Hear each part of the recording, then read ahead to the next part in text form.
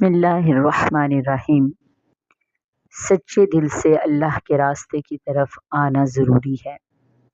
مولانا رومی رحمۃ اللہ علیہ بیان کرتے ہیں، بنی اسرائیل میں ایک شخص تھا جو کہ پتھروں کو پوجتا تھا، ساری رات پوجتا رہتا اور کہتا رہتا یا صنم یا صنم یا صنم، ساری رات پکارتا رہتا۔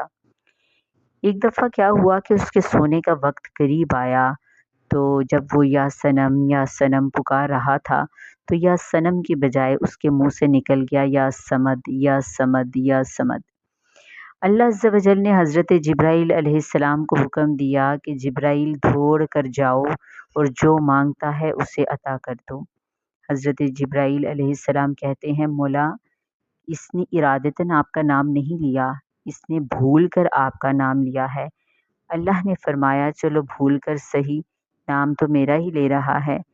جھوٹے کو ساری رات کا پکار رہا ہے اور اس کو کچھ نہیں ملا، اب سچے کو پکار رہا ہے تو میں بھی کچھ نہ دوں تو جھوٹے اور سچے میں فرق کیا رہے گا؟